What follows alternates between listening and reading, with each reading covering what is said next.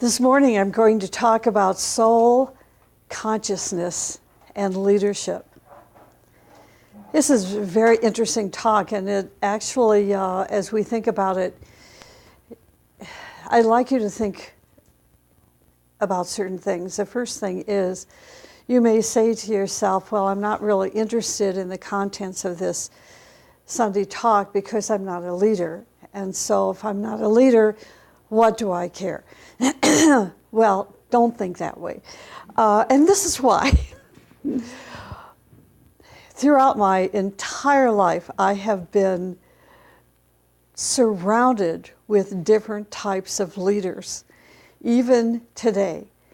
And as I was putting the talk together this morning, it helped me to go through those different phases and cycles in which I had different, I was exposed to different types of leaders, and some of those leaders were leading me and others were repelling me. And so I had wondered why, why when there are so many leaders apparently available to us out in the world, why do some appeal to us and inspire us and incite us in such a way that we want to move ahead and do something great with our lives? And yet other leaders repel us in such a way that we don't want to have anything to do with authority. And most of us, I think, equate leadership with authority. In the Ageless Wisdom teaching, authority is very different. Our understanding of authority is different in as much as we believe and we see demonstrated that the more consciousness a person has, the more authority he or she has. The more consciousness a person has, the more authority he or she has. So, since the talk this morning is basically a teaching talk, the first thing we want to know is what is consciousness.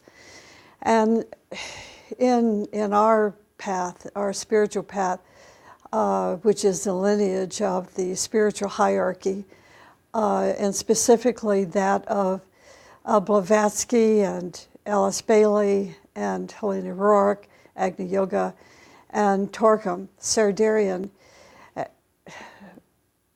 Among all four of these great spiritual leaders, they have taught so much about consciousness.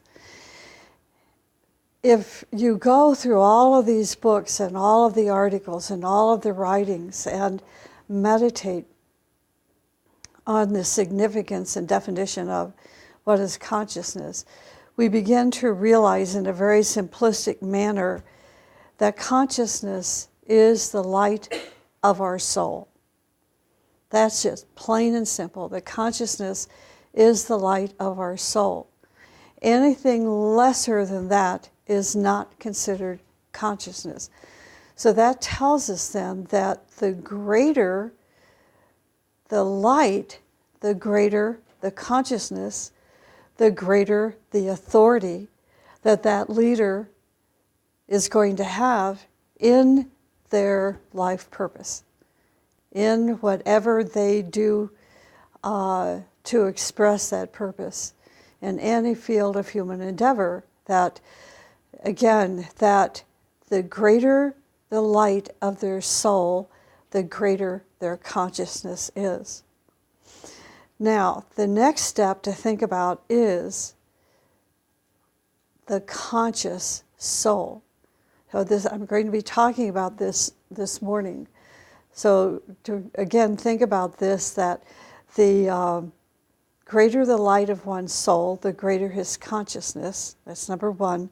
And number two, a conscious soul is an indestructible beauty and joy. That tells us then that not every soul is conscious. Isn't that interesting? It's interesting in as much that it gives us answers to why there is such turmoil in the world today, and sadness and a lack of joy, is because there are nations, there are leaders, there are families who are not conscious of the fact that they are souls. They haven't yet made that connection that they as an individual, they as a family, they as a nation, they as a humanity are a soul, which is different from the personality life. To be a soul, to know you are a soul, means that you have a degree of consciousness or a degree of light.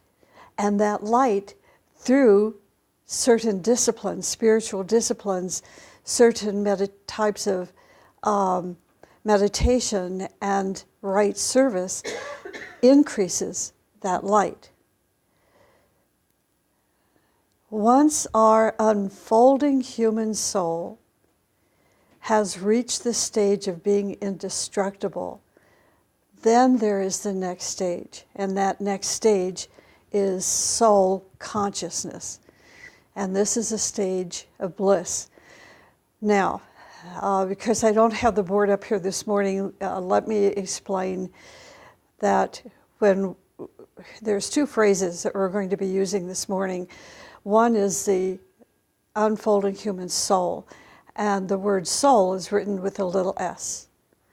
Then we have the capital S, soul, which functions in the higher mind and higher. And our goal, as I said, is to become soul conscious. Soul conscious. That means that our human soul is now functioning within the light of that capital S, soul. That we are functioning consciously in higher spheres, that we've moved our focus of light from the lower nature of the personality into the higher aspects of life. The higher aspects of life we could consider as, on one hand, the refined part of life. We can see leaders who are refined as opposed to leaders who are coarse. Refined leaders are bathed in beauty and goodness and righteousness and joy and freedom. So when we move into this next stage called soul consciousness, our realization of life is different. Our understanding of life overall is different. We are now in the domain of a new consciousness, which essentially the characteristics are six. There's six basic characteristics of a person who is now functioning in a new consciousness. And they are love, immortality, service, joy, creativity, and contact with the hierarchical plan. Those are the six characteristics of people who have now developed that and are living that new consciousness. Love, immortality, service, joy, creativity, and contact with the hierarchical plan. Now the plan can be contacted in any soul levels. These soul levels begin on what we call the sphere of the higher mental plane and then beyond. This plan is the map that shows us how to return home. Some people say that we are going to return to the sun. Others use this phrase, which means the same thing, that we return to the Father's home, or we return to Shambhala. The plan is the map that shows us how to release ourselves from the trap of the physical, emotional, mental bodies and achieve the state of awareness which we originally had. But now, as we return to that stage, we have wisdom, we have knowledge, we have experience. In soul consciousness, no matter what our personality life is passing through, we must remember there is a tomorrow. There is a tomorrow. There is a new dawn. Because the soul is not limited by the failures of the time, space, and matter. In soul consciousness, we have the eye to see things as they are. We have the eyes to see things as they are and not as they appear to be. So right at this point, we can see what it means to have a new consciousness. The majority of people see things as they appear to be, and they understand life from that appearance. But those who have the new consciousness have the ability to see things as they really are. So that's important to remember. Meditation, as we engage in meditation, that helps us to see things as they really are, which means to see the cause, right? To see the cause, not to identify with the effect or to think that the effect is the cause. In soul consciousness, it is in soul consciousness that we have the real leader. We have the real experience of leadership. Leadership originates from the contact that we have with that capital S soul. If this is not experienced, then our leadership becomes artificial. Now, this is an interesting point. In the teachings, we are told that our soul, our capital S soul, must ordain us for leadership, or else we cannot be a leader, even if we want to be one. We may undertake or understand this better if we replace the term soul with the term inner guide. Now, in the teachings, it's so amazing to me that we are given maybe 3 or 4 or 5 different phrases that all mean primarily or essentially the same thing. So we have the inner guide, we have the transpersonal self, we have the inner Buddha, or we have the solar angel. Whether it is the inner guide, the inner Buddha, the inner or the transpersonal self or solar angel, they're all the same because it's an energy, it's a frequency. So even if we want to be a leader, a true leader, a real leader, we cannot be until we are ordained in our leadership by the inner guide. I'm going to stick with that. But this is what is important for soul leadership, that we are ordained into that leadership. All masterpieces in every field of human endeavor are the result of the close relationship that leader has with the inner guide. Now, that relationship, in fact, means that, now stay with me on this, okay, that our unfolding human soul has an intense and beautiful and close relationship with the inner guide. Okay? Okay. The closer we come to that inner guide, the greater the effect our leadership is going to have on progressing humanity. The soul or the inner guide provides the energies that push the wheel of evolution forward toward greater achievement. So our inner guide communicates with us through deep meditation. Now, what happens in this meditation experience is that deep waves of energy pour forth from the inner guide, and then we begin to register them. And the way we register this like wave of energy is through our accomplishments.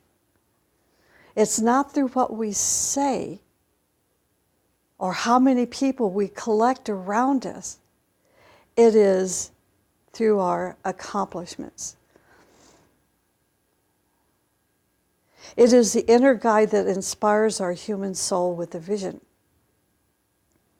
A vision that occurs right before our birth. Now, this is where esoteric astrology comes into play to help us understand, perhaps in an unusual sense, it gives us this a reflection of that vision that is given to us right before birth. Some people, and including myself, I used to think it was the what we call the exoteric horoscope, but it's not. It's the esoteric horoscope. In that particular mandala, let's call it, if we have the wisdom to understand it, will reflect to us, confirm for us, and oftentimes reveal to us. It acts like a trigger of what that vision was that was given to us right before we were born. So we're given a little help by being able to set up that horoscope and read it esoterically. It gives us our rays, and if we understand our rays, are able to recognize a particular psychological ray that expresses itself in our life, then that ray gives birth to our soul ray. And I can't, talk anymore about it, but I just want you to know that I can't because of the time. But if you have ever had your chart set up, you might want to study it from the esoteric point of view. And there is a lot of information out there in today's spiritual community about esoteric astrology. So, that vision is given to us right before birth. And what is interesting is that vision can last for a second, it can last a minute, or even for a half an hour. It depends on the consciousness of our unfolding human soul. It depends on the light of our soul. That vision that is embedded in us is our leadership. This is why vision is so emphasized in the teaching, is it that it is that vision that is our leadership. Remember that I said leadership originates from the contact we have with our inner guide. And what is, to me, this is so incredibly beautiful, is that then we're not left on our own. We have this vision given to us for a second or a minute or a half an hour. Then we come into becoming a little baby. And then as we get older and older, by the time we're 7, we're told that we're really anchored to the dense planet. But when we have the awakening, and part of that awakening occurs because of this wave of energy, this wave that is like a, how can I explain it? It is I wish I knew physics better, but a wave is like that wide, but it comes down like this and finally comes into our whole mechanism, and it includes colors and sound and vibration and notes. And I'm sorry, I'm jumping over my words. It's hard to take the idea and put it into a word form. But collectively, it forms a symphony of ideas. Then the solar angel, or that inner guide, during certain times of our life, it's like plays what Agni Yoga calls the strings on the lute. And that lute is the vision, or the strings that created the vision, or the music that made up the vision right before we were born. So it's the inner guide that's instrumental to the human soul to expand our consciousness in such a way that we hear the music, play the music, and in playing the music beautifully and perfectly, we then begin to see the map of the plan of hierarchy. So a leader must act always from the light of the capital S soul, or from the levels of the spiritual triad. As a leader, you must learn to detach yourself from the lower three worlds, the physical, emotional, lower mental bodies, and withdraw to your inner sanctuary. Whenever you see a danger of identifying with those three selves, those three lower selves, physical, emotional, mental body. Whenever you see yourself in danger of identifying with those three lower bodies, we must learn how to withdraw into the inner sanctuary. Leaders cannot come into being only through study and learning. This is what we're understanding here, that leaders are a gift of grace. True leaders, real leaders, are a gift of grace. Their chalice, the contents of their chalice pours through them. And that's what we call grace. Grace is a treasure that we accumulate in our chalice, life after life, through our sacrificial, heroic service for others. This treasure must saturate our chalice before the grace pours over and into the vehicles of our personality and soul. So once these treasures saturate the chalice, it is then that we become galvanized into a true leadership. So grace not only gives us the authority of leadership, it also makes us humble. It makes us forgiving. It makes us simple. It leads us to self-denial. And it also builds a protective shield around us from dark attacks. Everyone who feels the need to prepare him or herself for leadership must try to fill that chalice through sacrificial service.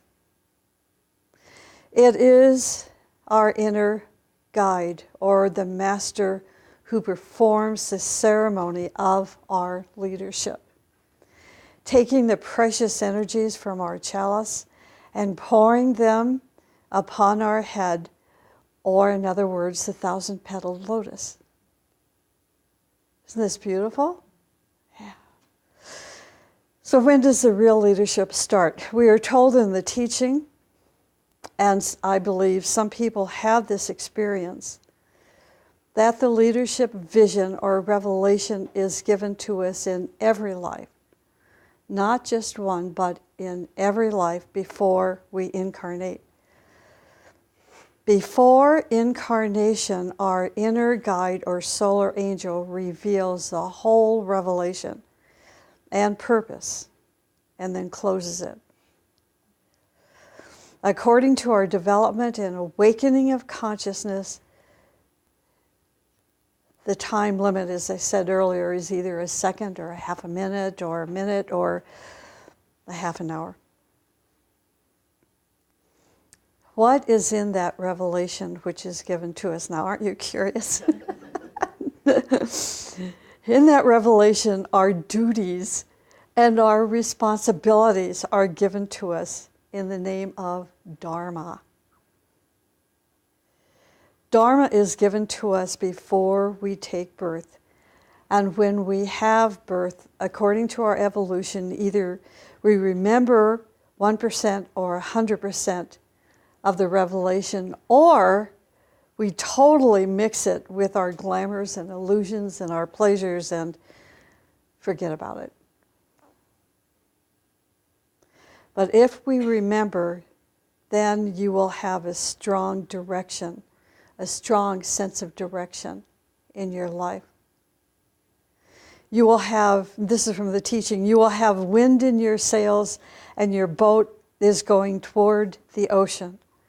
You have that energy, and no matter what happens to you, you reach your destination through everything, through hurricanes, through sleet, through rain and showers. We have that powerful energy behind us. Now, this following information is going to be helpful in as much as I was talking in the introduction of the talk about the fact there are two kinds of leaders, two types of leaderships. The personality is one type of leader, and leadership of the soul is the second type. I think it's important that we remember this so we can identify those who are personality leaders and those who are soul leaders, so that we don't put ourselves in jeopardy of following a leader who is absorbed in that lower life, the physical, emotional, and lower mental nature. The leadership of the personality is a leadership for the benefit of the personality. The leadership of the personality is a leadership for the benefit of the personality of that leader. Now, the leadership of the soul is a leadership for the benefit of spiritual progress, of those for whom the leader stands as an inspirational source. And that inspirational source is the plan. The personality-oriented leader is interested in the physical, emotional, and mental separative interests of himself, herself, or his followers. Such a leader makes people serve his personality. I think it's good to have that experience because having that experience teaches discernment and discrimination in the future. Sometimes we don't realize that. Like I was saying earlier in the talk this morning, that for some reasons we are repulsed by certain leaders, even though they may say the right words and appear outwardly to be a good person, but soon they reveal themselves. After they have us in their net, if I may say, and that net can be a marriage net, it can be a group net, it can be a national net, where that leader captures us in his or her net, makes us feel really great about ourselves for a while, but then things begin to change. And we become repulsed because there's that mechanism inside us called the inner guide that says, you've learned your lesson, now it's time to leave. Let yourself leave. Listen to the guidance of your inner guide. Now, leadership for a soul-oriented leader is interested in the development of the soul qualities, the capital S soul qualities of his co-workers, so that they eventually become their own leader.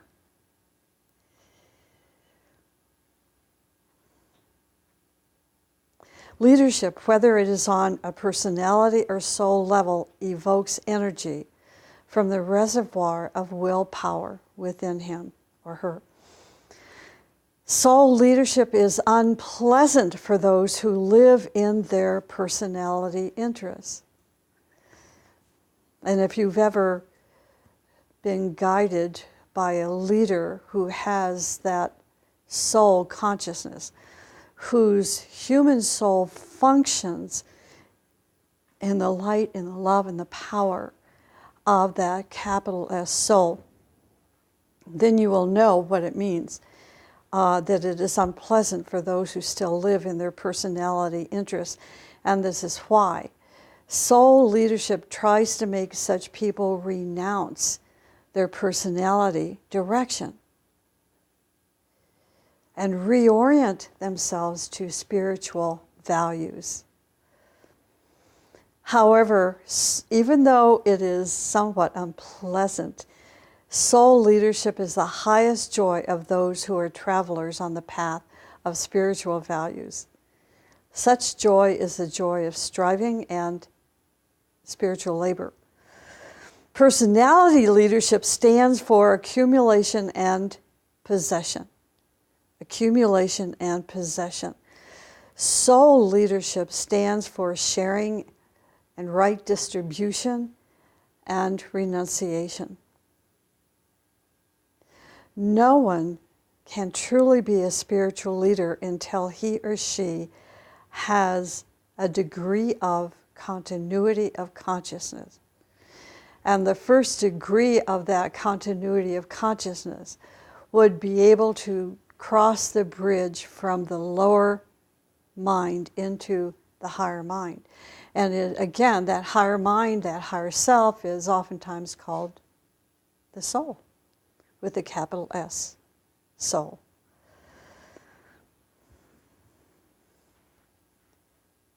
Again, personality leadership stands for accumulation and possession, and soul leadership stands for sharing and right distribution and renunciation. Continuity of consciousness gives us power and right direction, gives that leader power and right direction. His direction does not come from the desires and wishes of what I call the popular vote people. Get it? Okay. His direction comes from the inner ashrams, from his own master, or from his inner guidance. Our souls are members of the ashrams. Once we are able to live as souls and tune with each other like the strings of a lute, we become manifested divine beauties in the world. We become radioactive souls. See, now our unfolding human soul has become the capital S soul. Okay. Externalized on objective levels. Such an achievement is not only a victory for the group members, but it is also a victory for our great teachers. At first, the leader's guidance comes from the inner watch, our inner guidance, our inner guide.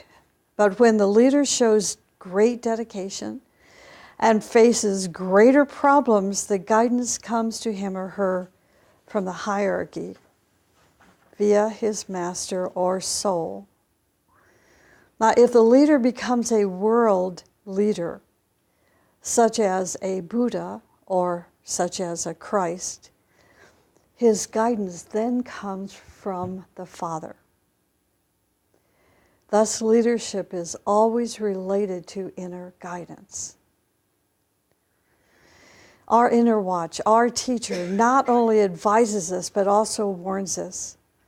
A great leader is known not only for what he does, but also primarily for what he does not do.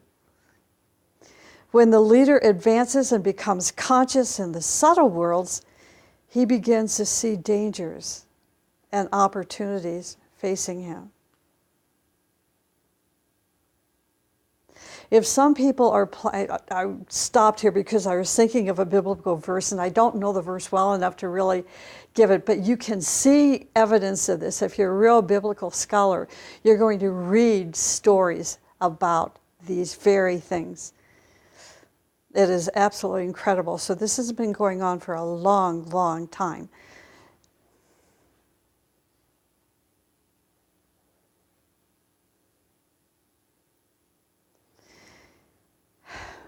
If some people are planning to, for example, if some people are planning to disturb the leader or to trap him in various or certain ways, he can see their plan actualized in the subtle worlds.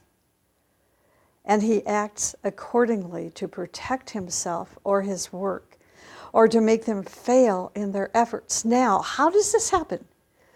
It doesn't happen by that individual. It happens by the legion of angels that serve as his or her army. And this is why such great leaders can face what looks like total destruction when his physical armies are saying, "What's the matter with you? We have to get out there and fight. We have to do this. We have to do that." That great leader that has contact with the subtle world sees the millions of the angelic kingdom, let's say, ready to go to battle, and thus knows the right time for the physical army to get going. So the point is here, hopefully I'm making it clearly enough, is wait for the right timing, wait for your inner guidance. If you have contact with that subtle world, then you will see you're not alone. In leadership, we must sometimes stop every kind of thinking to give our higher self a chance to guide us. In silence, our inner leader can guide us. If we have problems and difficulties and crises, and who doesn't, do not speak too much about these things. Do not communicate too much, but occasionally go into the silence. It will cure you and also open a nice communication line between you and your guide within. Now, here's 5 signs of an advanced leader. The signs of an advanced leader, 5 of them can be found in the responses of his group members. So now I'm taking it from the world down into spiritual groups. These are his fruits, such as, number 1, the group members cooperate with him or her. 2, they respect his vision. You see how it's taking a different dimension for us now? They respect his vision, his plans, his ideas, his personality, and protect him from any kind of attack. 3, they make necessary sacrifices to help him achieve his goal for the plan. 4, they love one another to a degree that they see each other's beauty and leave each other free in the light of their capital S soul. And 5, the rays of the leaders condition their actions in different ways. Now I'm going to stop here. I had planned to talk about the different rays of the leaders and how they present themselves to us, but we'll save that for another time.